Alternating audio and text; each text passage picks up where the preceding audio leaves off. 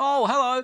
Can we please talk about UFC Vegas 47 at the weekend? Strickland against Hermansson being the main event. Also doing a quick roundup of what's been going on in MMA over the last week. Some people have been saying some bizarre shit as always.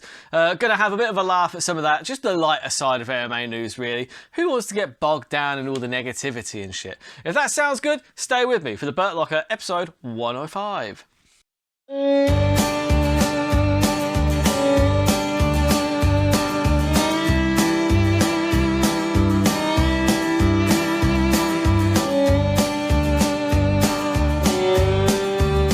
So, UFC Vegas 47 is in the books, so just a quick recap of that one. If you haven't seen the first fight of the main card yet, go back, Juicy J versus Peterson. Erosa versus Peterson. Really great fight. Really terrific fight. They were just battering each other from pillar to post. Some people were getting pissed because Erosa got both bonuses, but it got fight of the night, and deservedly so.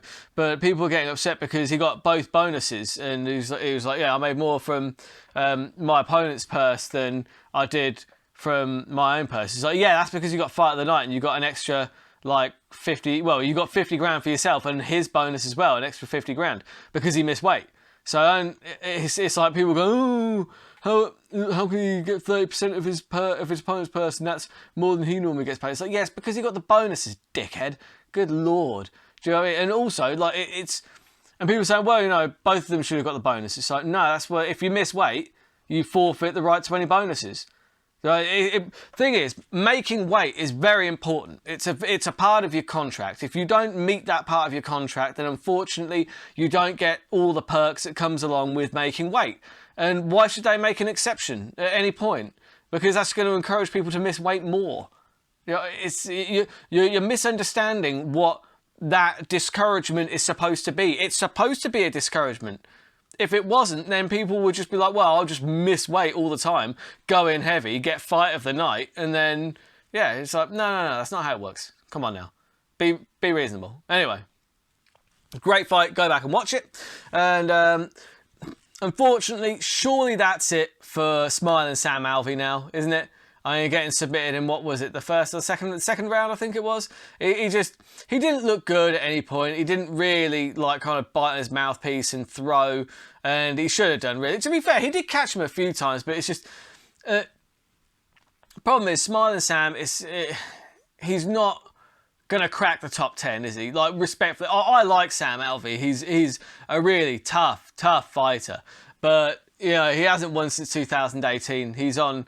like a really impressive skid. If he still finds another fight in the UFC, I'll be really surprised. I think he could go to Bellator, and I think he could actually, because he's got kind of a name, I think he could do quite well in Bellator. He could probably get a pretty decent contract. So good luck to him. I hope he does go to Bellator and he gets some people that he can really get his teeth into. Do you know what I mean? Because the level of competition it is going to be easier over there. Anyway, Brian Battle, he looked really good against Trayshawn Gore. Trayshawn should have really been a little bit more active, because when he hit Battle, man, he hit like a truck. Both have got a bright future, obviously, but Brian Battle looked really good. He managed to kind of battle through some adversity as well. That eye looked really bad. He took a really nasty punch to his eye, and it kind of all swelled up. One thing I would note, though, is his nickname is Pooh Bear, right? But wasn't Winnie the Pooh a girl? I thought Winnie the Pooh was a girl. I don't know, I might be wrong there. But anyway, let me know in the comments. I could be wrong, but I was under the impression Winnie the Pooh was a girl, which is why I thought it was an odd nickname. Either way, good fight. Well done to Brian Battle. Perfect last name for mixed martial arts, let's be fair. Brian Battle, come on now. If you're not in some sort of combat sports when your last name is Battle, you've missed a trick. And basically, the main event, Strickland versus Hermansson. In my opinion, we only really saw 10 seconds of Sean Strickland, which was the 10 seconds right at the end of the 5th round. Now, I'm not dissing the performance. It was basically flawless. He was so sharp. He was so...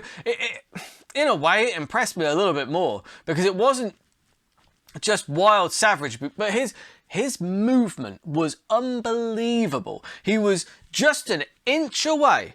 He wasn't making big movements. Big movements are wasteful. Big movements waste energy. You don't need big movements to avoid a strike. If you're parrying, if you're just getting out of the way, you only need to do just enough. And he was pinpoint accurate. And you know why that is? Because all he does is spar, right? So his timing is down to a T. You can really tell that all he does is fight people day in, day out, because his timing was just flawless. Hermansson could not get near him, and it was very impressive to watch. It really was. However, you know, the side of me that loves all the blood and guts and entertainment did enjoy the last 10 seconds where it was like, yeah, let's just throw it out, and they did. He threw caution to the wind, but there was no real danger for him there, and I think he knew it. He was still getting out of the way of things. And whilst he said he wanted to put on a better show for his fans, at the end of the day, he's got to get that win first and foremost. And in a way, it was a more impressive performance than we've seen of him. He was so elusive. Like, Hermansson's no slouch. And he was elusive, and he was on point, and it was a good performance. So well done to Sean Strickland. I'm surprised that they haven't put him in the top 5 at this point. And the rankings have come out and he didn't make top 5, which I thought was a bit harsh because Hermansson was ranked 6. I don't know, but yeah, okay. So, you know, Strickland maybe takes the 6th place. Anyway, that was UFC Vegas 47 in a nutshell. It was pretty good. Enjoyed it. Let's move on. So Israel Adesanya admits being bored during the Vittori fight. Now, he said that his coach noticed it and basically told him, look, don't get bored in here. And he said, yeah, good point. And to be fair to him, Vittori was in survival mode. And at the end of the day, like, some people said, if you were bored and you are in full control, surely you go in for the kill. Not necessarily. Thing is, that title means a lot of money. That counts for a lot of pay-per-view points, a lot of checks, a lot of sponsors, a lot of endorsements. That's a lot of money to Israel Adesanya. And for him to risk that when he has no need to risk that. Look, Vittori had to come forward and attack. And Israel Adesanya knew that he was in full control and there was no need to risk that. And I respect him for doing that. At the end of the day, Vittori was the one, once he was 2 rounds down, Vittori was the one that had to come forward and do something. And Vittori was like a rabbit in headlights for most of that fight. And it was more on Vittori not bringing the fight to Adesanya than Adesanya fighting a boring fight. Adesanya was doing exactly what he needed to do and retaining that damn belt. I'm looking forward to seeing what they do this weekend when he gets to have a rematch against Robert Whittaker. And there's some real fire in that fight as well. There's between the both of them. So I'm looking forward to seeing what happens. And we've got Joanna Yeshenshik, and she believes she missed out on negotiating bigger paychecks. Yeah, probably. You probably did. You've been out for a little while now. And yeah, she got paid, but although she got paid pretty well, because Dana White does note that she's really killing it financially with all like her endorsements and everything like that outside of the octagon. She's been very clever with her money, and she made quite a lot of money from being champion in the UFC. She was quite marketable, and she made a lot from the pay-per-view points as well. So a lot of people have taken that as a criticism on the UFC, again, because any chance to criticise the UFC, am I right? Because they're such monsters. They're such monsters. They've never done anything nice for anybody. And basically, people are saying that, well, you know, she's making most of her money outside of the UFC through endorsements and things like that. Well, let me ask you a question. Without those 3 letters, the UFC, would any of those companies be knocking on her door, throwing money at her to endorse her products? I would hazard a guess as to no, because that's something that people don't talk about. Another advantage of being in the UFC that's almost like a payment in a way is that they pump so much money into marketing, into branding, into pushing that UFC brand into being the premier MMA organisation, and that's what companies look for when they want to sell their sports drinks, their athletic attire, their gym equipment. And that is a really great use to the fighters. That's another perk that people never talk about.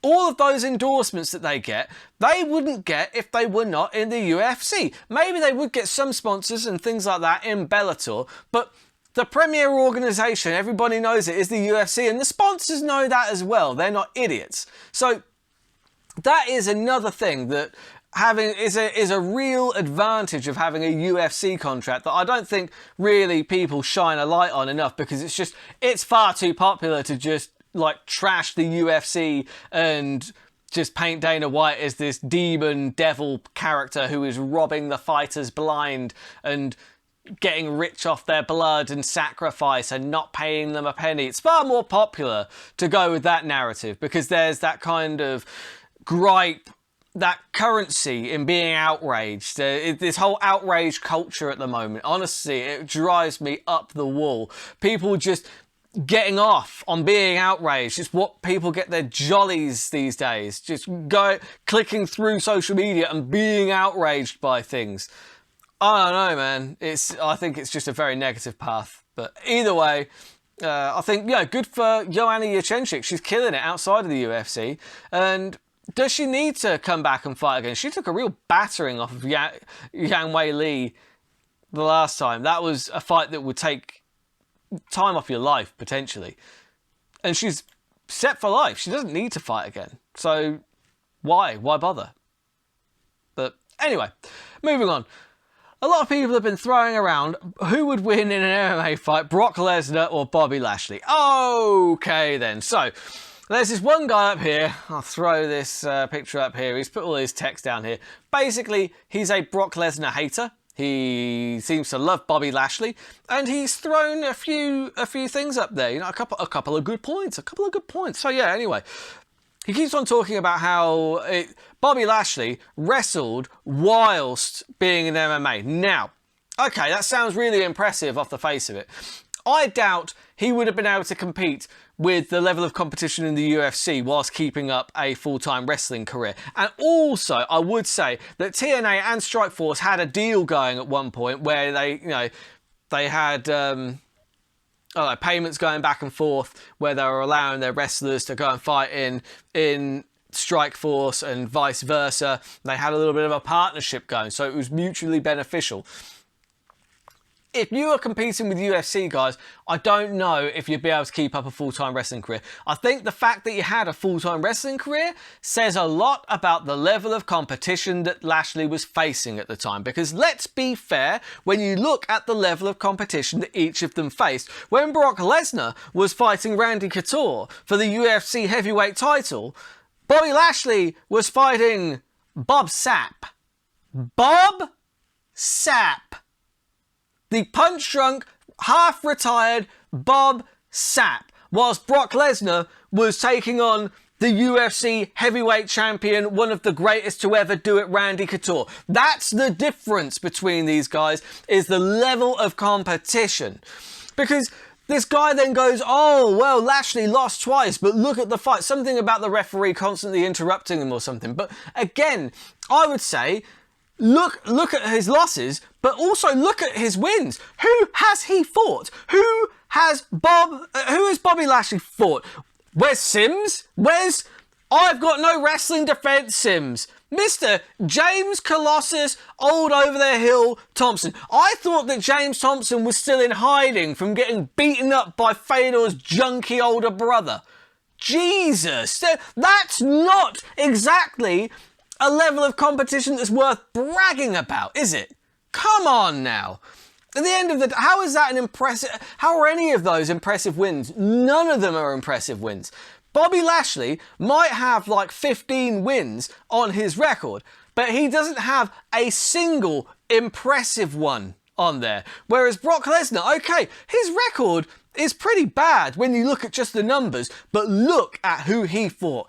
Brock Lesnar has only fought 2 people in his career that did not either challenge for the UFC title or hold the UFC title. Those being the Korean fella that he faced in his first fight outside of the UFC and Heath Herring. And Heath Herring was a stud. He was really highly touted. People forget that in Pride, Heath Herring was really highly touted and kind of being seen as the next big thing. He was no slouch. And Brock Lesnar just bulldozed through him. Heath Herring never fought again after Brock Lesnar bashed his eye into the back of his head, basically.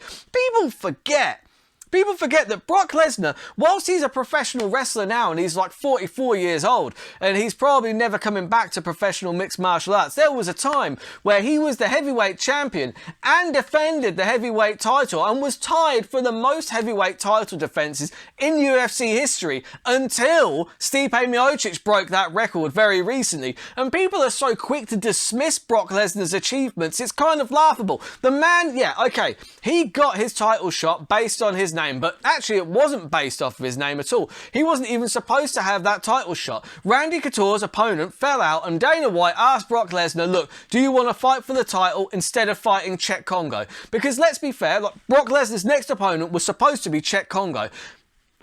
With respect to Czech Congo, Brock Lesnar would have murdered him. Brock Lesnar would have double-legged him and smashed his head in, because that was when Brock Lesnar was still kind of in his prime as well, before he had the diverticulitis, before he had any of the surgeries and all of those problems. So Brock Lesnar then went and fought Randy Couture, and okay, he got the shot because of the name recognition that he brought and the eyeballs that he brought. He was the first really legitimate pay-per-view draw that the UFC had. And people forget that. Before Conor McGregor, before Ronda Rousey, there was Brock Lesnar. And whether you liked him or not, he was bringing eyeballs to the sport. And he's actually done more for the sport than most. That's why he actually belongs in the Hall of Fame. People fight me on that all the time, but he does. Because it's about your contributions to the sport. And Brock Lesnar changed the way the UFC was perceived. He really brought it to a much wider audience and really helped elevate the sport to where it is today. He was a real linchpin in that. And he might have gotten the shot at Randy Couture because obviously Randy Couture's opponent fell out, so that was lucky. But he then got given the shot because of his name. But he still had to go out there and beat Randy Couture. And that is not easy. That was not an easy fight. Brock Lesnar dropped the first round, in my opinion. But then Brock Lesnar came out swinging, and his physical attributes just took over, and he managed to clock Randy Couture right behind the ear and managed to just jump on him and swarm him, and he took that belt. He might have gotten the shot based on his name, but he had to go and take that belt. And people just dismiss him like, oh, he's just a fake-ass wrestler. Oh, he couldn't cut it in the UFC. What do you mean couldn't cut it in the UFC? The man was the heavyweight champion. What are you talking about? At the end of the day, he was the heavyweight champion in the heavyweight division where the title changes hands more often than any other division in sports, basically. And the man still managed to defend that title twice, which at the time, until Stipe Miocic broke that record, that was the most title defenses. He was tied with the most title defenses. That's how unpredictable that heavyweight division is. And then, yeah, okay, He then got some losses on his way out. But what? To Cain Velasquez, one of the greatest of all time, and Alistair Overeem, when he was Ubereem, I might add. End of the day, not long after that, people forget that Alistair Overeem tested so hot. He pissed so hot. I'm not saying that Brock Lesnar wasn't on steroids, but at that time, he'd never failed a test. Alistair Overeem failed a test. Alistair Overeem, his testosterone to epitestosterone level, right? A fail, an Olympic level fail for epitestosterone to testosterone is 4-1, right? Alistair Overeem was 16-1. That's crazy. He was on so many steroids. People have a go at Brock Lesnar. At the end of the day, that fight should have probably been overturned because it wasn't that long after the fight. You bet your bottom dollar that Alistair Overeem was juiced to the gills for that one. Come on, man. Did you see the state of him? And I'm not saying that Brock would have won if he wasn't, or Brock wasn't juicing as well. He probably was. Look at the state of the dude. But people are very quick to have a go at Brock for being on the steroids, but he got the shit kicked out of him by someone who was clearly juiced to the gills and also decided to kick him right where he'd had the surgery. Come on, man. So yeah, he took a few losses, but he took a few losses to some of the greatest to ever do it. Who did Bobby Lashley fight? Bobby Lashley fought nobody. Absolutely nobody. And there are levels to this game. I like Bobby Lashley, Bobby Lashley is a good wrestler. Bobby Lashley is a good mixed martial artist, but there are levels to this game, and Brock Lesnar was the king of the heavyweights at one time, and Brock Lesnar would probably beat Bobby Lashley's ass, and that is my 2 cents on that. And then I've just got one very quick troll of the week. It's one that really tugged on my heartstrings, actually, because Chael Sonnen, I do love a bit of Chael, but men only have 4 moods. Acting like a gangster. 5-on-1, I'll make them all need 9-1-1. Congratulations on that, by the way. That was a great speech. You got simping. Well, we all do it from time to time, right? Partying with the boys. And you've got pain. And that pain is what tugged on my heartstrings, because that was when he was fighting back tears. I thought it was a pretty horrible question for, I think it was Brett Okamoto that asked it. I'm not sure. Don't quote me on that. It might not have been, but I think it might have been Brett. Either way, a very well-known journalist asked him, this was after the Fedor fight, I believe, because in the run-up to that fight, he mentioned something in an interview about how he'd promised his late father on his deathbed that he was going to be champion of the world one day. And this guy, after he's just lost to Fedor, there's no shame in losing to Fedor or Emelianenko, for God's sake. And also, let's be fair, Chael Sonnen is a middleweight, right, going up to heavyweight to fight legit heavyweights. The balls on that guy. This reporter then asked him, so if your father was here, what would you tell him? And Chael just kind of, he literally looked like he was going to cry and said, I would just tell him that I tried. And really, on that somber, horrible note, I'm going to wrap it up there. So yeah, basically, obviously we've got Israel Adesanya against Robert Whittaker 2 coming up this week. And my main picks are going to be coming out on the Friday on my Patreon. Go out and check over the Patreon. As always, thank you for all your support. You know, it does mean the world. Anyone that watches this, and just know that I appreciate the hell out of you. If you could like and subscribe, that would be wonderful. And if you want to support me more, just head over onto the Patreon, because there is early access to picks and some extra content that goes on there as well. It's a good time. But until Friday, keep those odds long and those bets terrible.